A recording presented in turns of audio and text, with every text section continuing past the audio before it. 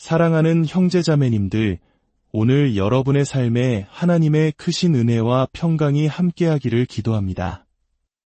우리는 분주한 일상 속에서 때로는 삶의 의미와 목적을 잃어버린 채 방황하기도 합니다. 오늘 우리가 함께 나눌 이야기는 바로 그 길 위에서 나눔과 섬김을 통해 진정한 기쁨과 가족의 의미를 되찾은 한 가족의 이야기, 그리고 그 뿌리가 된 2000년 전 교회의 위대한 시작에 관한 이야기입니다. 이 이야기가 여러분의 마음에 깊은 울림을 준다면 구독과 좋아요를 통해 더 많은 이들에게 이 은혜의 메시지를 전하는 통로가 되어 주십시오. 여러분의 작은 참여가 누군가에게는 절실한 위로와 희망의 빛이 될 수 있습니다. 주님의 이름으로 여러분을 축복합니다. 여기 처음에는 조금 어색해 보였던 한 가족이 있습니다. 서로의 어깨에 손을 얹고 카메라 앞에 선 모습이 마치 요가 수업에 온 것 같다고 말하며 웃음을 터뜨립니다. 이들은 바로 한씨 가족입니다. 부모님과 사랑스러운 세 자녀, 모두가 한 목소리로 말합니다. 저희는 섬기는 것을 사랑하는 한 가족입니다. 이 가족이 교회에서 어떤 봉사를 해왔고 또 하고 있는지 들어볼까요? 아버지는 청년부와 장년부에서, 어머니는 여성 리더십 모임과 청년부에서 섬기고 있습니다. 자녀들 역시 유아부, 초등부 등 다양한 곳에서 자신의 시간을 기꺼이 내어놓았습니다. 어떻게 온 가족이 이렇게 봉사에 깊이 빠져들게 되었을까요? 처음 시작은 아이들이었습니다. 아이들이 먼저 교회에서 봉사하고 싶다는 뜻을 밝혔고, 아이들을 데려다주던 부모님은 자연스럽게 그 흐름에 함께하게 되었습니다. 사실 아버지 타일러 씨는 처음부터 봉사를 즐겼던 사람은 아니었습니다. 그는 스스로를 아주 이기적인 사람이었다고 고백합니다. 아마 많은 한국의 아버지들이 공감할지도 모릅니다. 한 주간의 고된 일을 마치고 돌아온 주말, 소파에 누워 편히 스포츠 경기를 보는 것이 유일한 낙이었을 테니까요. 그에게 일요일 저녁에 청소년들을 위해 봉사하러 나가는 것은 상상하기 힘든 일이었습니다. 집에서 편하게 미식축구나 보지, 왜 굳이 거기까지 가야 하지? 이것이 그의 솔직한 마음이었습니다. 하지만 아내 캐롤라인 씨는 달랐습니다. 그녀는 늘 섬기는 마음을 가진 사람이었고, 그런 아내의 영향과 아이들의 자발적인 참여 속에서 그는 마지못해 봉사를 시작하게 되었습니다. 그런데 놀라운 일이 일어났습니다. 한번 시작해보니 자신이 이 일을 진정으로 즐기고 있다는 사실을 깨닫게 된 것입니다. 그는 이제 그 무엇과도 봉사의 기쁨을 바꾸지 않겠다고 말합니다. 아들의 눈에 비친 아버지는 이제 더 이상 주말 저녁에 안락함을 탐하는 분이 아닙니다. 세상에는 안정적이고 긍정적인 어른의 역할 모델이 절실히 필요한 아이들이 많습니다. 아버지는 바로 그런 소년들에게 든든한 버팀목이자 힘이 되어주는 존재가 되었습니다. 봉사의 진정한 가치는 단순히 어떤 일을 하는 행위에만 있지 않습니다. 그 과정 속에서 맺어지는 관계에 있습니다. 예수님께서 어떻게 다른 이들을 사랑하셨는지 그저 머리로 아는 것이 아니라 삶으로 직접 보고 느끼는 것입니다. 처음에는 그저 필요한 곳이 있으니 돕는다는 단순한 생각으로 시작했습니다. 이렇게 큰 교회에서 내가 얻을 수 있는 것이 무엇이 있을까 기대하지도 않았습니다. 하지만 놀랍게도 섬기면 섬길수록 거대하게만 느껴졌던 교회 공동체는 점점 더 작고 따뜻한 가족처럼 느껴지기 시작했습니다. 주변 사람들은 이 가족을 보며 정말 당신들 같은 가정을 갖고 싶어요 라고 부러워합니다. 하지만 자녀들은 이 모든 것이 부모님 덕분이라고 말합니다. 이타적인 삶을 몸소 보여주신 부모님 밑에서 자랄 수 있었던 것이 얼마나 큰 축복인지를요. 한 가족에게 섬김이란 예수님처럼 사랑하는 가족의 방식이 된 것입니다. 아버지는 말합니다. 봉사가 희생이라고 생각할 수도 있겠지만 제게는 엄청난 이익을 가져다준 투자였습니다. 봉사를 통해 저는 더 나은 사람이 되었고 우리의 결혼 생활은 더 단단해졌으며 우리 아이들은 더 바르게 성장했습니다. 그리고 우리 지역 사회 역시 더 좋은 곳이 되었다고 믿습니다. 이 한 가족의 이야기는 사실 우리 모두의 이야기가 될 수 있습니다. 이것은 2000년 전 교회가 처음 세워졌을 때부터 이어져 온 위대한 영적 원리이기 때문입니다. 지금부터 우리는 교회의 심장부로 그 뜨거웠던 시작의 순간으로 시간여행을 떠나보려 합니다. 예수님께서 십자가에 못 박히시고 사흘 만에 부활하셨습니다. 그분은 제자들에게 나타나 마지막 가르침을 주시고 하늘로 올라가셨습니다. 그리고 몇 주 후 예수님의 지시에 따라 제자들은 예루살렘 거리로 나아갔습니다. 마침 큰 명절 기간이라 갈릴리와 유대, 그리고 주변 모든 지역에서 온 유대인들로 도시는 인산인해를 이루고 있었습니다. 바로 그 거리 한복판에서 제자들은 담대하게 외치기 시작했습니다. 나사렛 예수가 바로 우리의 죄를 위해 십자가에 못 박히셨고 죽음에서 다시 살아나신 메시아라고 말입니다. 이것은 목숨을 건 증언이었습니다. 불과 몇 주 전 스승인 예수님이 바로 그 길을 따라 십자가를 지고 끌려가셨기 때문입니다. 그들 역시 언제든 체포될 수 있는 위험한 상황이었습니다. 하지만 그들의 눈에는 두려움이 없었습니다. 부활하신 예수님을 직접 만난 목격자들의 증언은 강력한 힘이 있었습니다. 수십 명이던 믿는 자의 수는 곧 수백, 수천 명으로 불어났습니다. 예루살렘 어디를 가나 사람들은 나사렛에서 온 부활한 랍비, 그가 혹시 메시아가 아닐까 속삭였습니다. 이 상황은 예수님을 체포했던 종교 지도자들을 극도로 불안하게 만들었습니다. 그들은 성전 경비병들을 보내 사도들을 체포하여 공공 감옥에 가두었습니다. 당시의 감옥은 지금 우리가 생각하는 그런 곳이 아니었습니다. 땅에 파놓은 축축하고 더러운 구덩이에 불과했습니다. 배수 시설도 없는 끔찍한 곳이었죠. 하지만 그날 밤 놀라운 일이 일어났습니다. 하나님께서 천사를 보내 그들을 감옥에서 이끌어내셨습니다. 만약 여러분이 그런 일을 겪었다면 어떻게 했을까요? 아마도 예루살렘은 이제 위험하니 다른 도시로 가서 복음을 전해야겠다고 생각했을지도 모릅니다. 하지만 사도들은 다음날 아침 다시 성전과 거리로 나아가 예수님에 대해 가르치기 시작했습니다.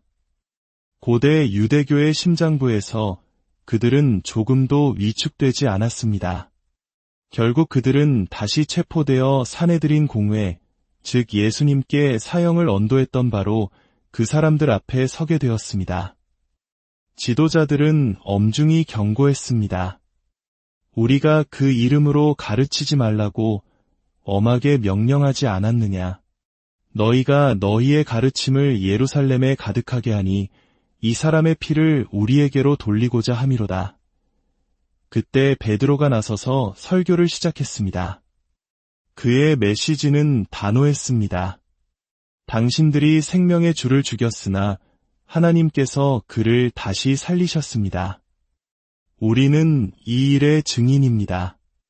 그러니 회개하고 그를 메시아로 영접하십시오. 이 말을 들은 공회의원들은 격분하여 사도들을 채찍질했습니다.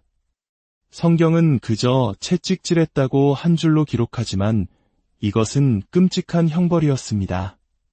살점이 찢겨나가고 뼈가 드러나는 고통이었으며 그 상처로 인한 감염으로 목숨을 잃기도 했습니다. 사도들은 차례차례 끌려가 친구가 비명을 지르며 고통받는 소리를 들어야 했고 곧 자신의 차례가 올 것임을 알았습니다. 그들의 등에는 평생 지워지지 않을 흉터가 남았습니다. 세상의 눈으로 보면 그것은 범죄자의 낙인이었지만 그들에게는 그 이름을 위해 고난받는 것을 합당히 여김받은 영광의 훈장이었습니다. 놀랍게도 성경은 이렇게 기록합니다. 사도들은 그 이름을 위하여 능욕받는 일에 합당한 자로 여기심을 기뻐하면서 공회 앞을 떠나니라. 그들은 고통 속에서 오히려 기뻐했습니다.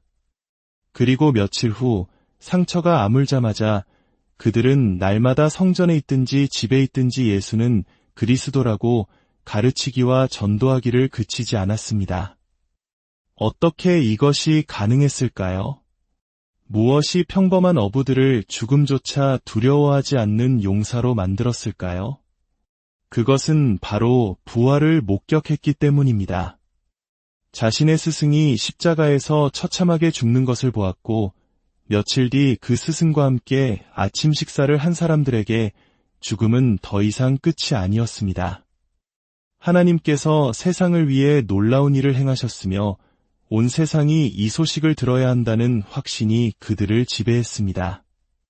이것이 바로 복음, 즉 기쁜 소식의 본질입니다. 만약 여러분이 믿고 있는 기독교가 기쁜 소식으로 느껴지지 않는다면 그것은 아마도 복음의 본질에서 벗어난 것일 수 있습니다. 예수님에 관한 모든 것은 세상 모든 사람을 위한 기쁜 소식이었습니다. 사도들의 담대함 덕분에 예루살렘 교회는 폭발적으로 성장했습니다. 제자의 수가 수만 명으로 늘어났습니다. 그런데 이 급격한 성장은 예기치 못한 문제를 낳았습니다. 바로 구제 문제였습니다. 당시 교회는 가난한 과부들에게 매일 음식을 나누어 주는 일을 책임지고 있었습니다. 그런데 예루살렘에 원래 살던 히브리파 유대인 과부들과 외국에서 온 헬라파 유대인 과부들 사이에 음식 분배가 공평하게 이루어지지 않는 문제가 발생한 것입니다. 이것은 차별의 문제가 아니라 체계가 없는 상태에서 성장이 너무 빨라 생긴 분배의 문제였습니다. 사도들은 설교하고 가르치는 일과 동시에 음식 나누는 일까지 하려니 모든 것을 감당할 수가 없었습니다. 그래서 그들은 모든 제자들을 모아놓고 이렇게 말했습니다. 우리가 하나님의 말씀을 제쳐놓고 접대를 일삼는 것이 마땅하지 아니하니 형제들아 너희 가운데서 성령과 지혜가 충만하여 칭찬받는 사람 7을 택하라. 우리가 이 일을 그들에게 맡기고 우리는 오로지 기도하는 일과 말씀 사역에 힘쓰리라. 이 제안에 온 무리가 기뻐했습니다. 교회의 역사상 전 교인이 한 가지 사안에 만장일치로 동의한 기적 같은 순간이었습니다. 그들은 말씀 사역이라는 고유한 부르심에 집중할 사도들과 구제와 봉사라는 실질적인 필요를 채울 사람들의 역할을 지혜롭게 나누었습니다. 그들은 헬라파 과부들의 문제를 해결하기 위해 헬라파 유대인 7명을 일꾼으로 뽑는 놀라운 지혜를 발휘했습니다. 그들 중에는 후에 최초의 순교자가 되는 스데반과 에디오피아 내시에게 복음을 전한 빌립도 있었습니다. 그들은 처음에는 과부들에게 음식을 나누어 주는 일을 맡았지만 그 섬김의 자리를 통해 하나님은 그들의 숨겨진 은사를 드러내시고 더 큰 일에 사용하셨습니다. 7명의 봉사자를 세우고 각자의 역할에 충실했을 때 어떤 결과가 나타났을까요? 헬라파 과부들이 제때 식사를 받게 된 것은 물론입니다. 하지만 성경은 더 놀라운 결과를 기록합니다. 하나님의 말씀이 점점 왕성하여 예루살렘에 있는 제자의 수가 더 심히 많아지고 허다한 제사장의 무리도 이 도에 복종하니라. 전략적인 섬김과 역할 분담이 교회의 영적 부흥으로 이어진 것입니다. 수백 명의 제사장들, 바로 예수님을 십자가에 못 박는데 앞장섰던 그 그룹의 사람들이 회심하고 돌아오는 놀라운 역사가 일어났습니다.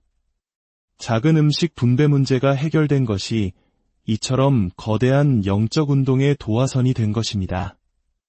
2000년 전 그 7명의 섬김이 교회를 세우고 복음의 불길을 일으켰습니다.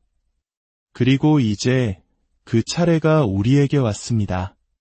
어쩌면 우리 중 누군가는 이렇게 생각할지도 모릅니다. 나는 너무 바빠서 봉사할 시간이 없어. 맞습니다. 우리 모두는 각자의 삶의 무게를 지고 살아가는 바쁜 사람들입니다. 하지만 우리보다 더 위대한 것, 바로 다음 세대를 세우고 하나님의 나라를 확장하는 일을 위해 기꺼이 우리의 시간을 조금 내어놓는 불편함을 감수할 때 하나님은 2000년 전 예루살렘 교회에 임했던 것과 동일한 혹은 그보다 더 큰 부흥의 역사를 우리를 통해 이루실 것입니다. 과거 제 삶이 아무 의미 없다고 느꼈던 때가 있었습니다. 깊은 수치심과 죄책감에 사로잡혀 누구도 나를 사랑하지 않을 것이고 나는 가치 없는 존재라고 믿었습니다. 만약 그때 단 한 사람이라도 제 곁에서 너는 소중한 존재야, 예수님은 너를 사랑하셔 라고 말해주는 어른이 있었다면 제 삶은 덜 아프고 덜 힘들었을 것입니다. 제가 지금 청소년들을 섬기는 이유는 바로 그것입니다. 제가 과거에 간절히 필요로 했던 그 한 사람이 되어주고 싶기 때문입니다.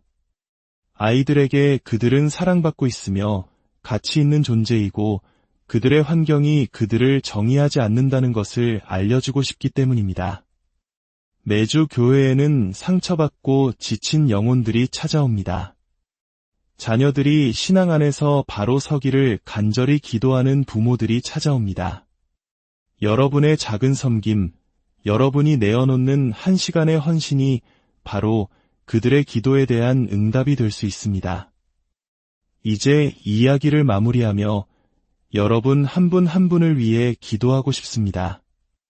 여러분의 삶이, 여러분의 가정이, 그리고 여러분의 섬김이 이 땅에 하나님의 사랑을 전하고 다음 세대를 일으켜 세우는 위대한 역사의 일부가 되기를 바랍니다.